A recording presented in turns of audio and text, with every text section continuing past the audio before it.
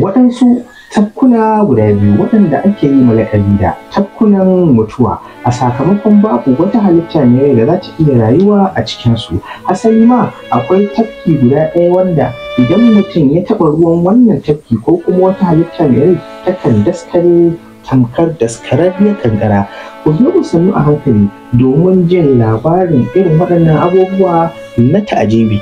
Amma kafin nan kamar kullum, idan wannan shine zuwanka na farko a wannan pejin namu na MAF Multimedia, kar ka manta da danna mana alamar follow, a yi comment, a yi liking, sannan ku ci gaba da share din waɗannan programs namu domin ku ƙara ƙarfafa mana gwiwa. Muna godiya ƙwarai matuƙa.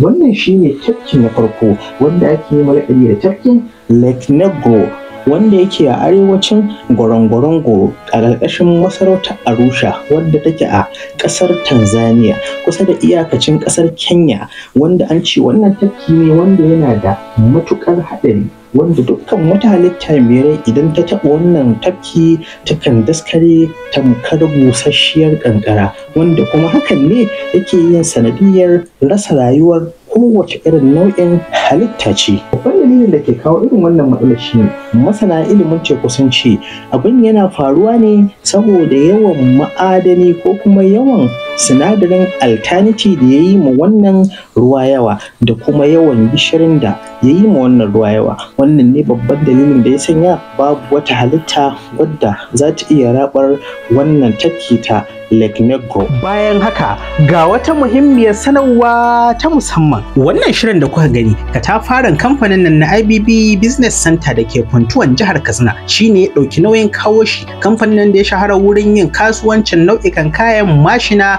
da kayayyakin motoci da injina da kuma oil.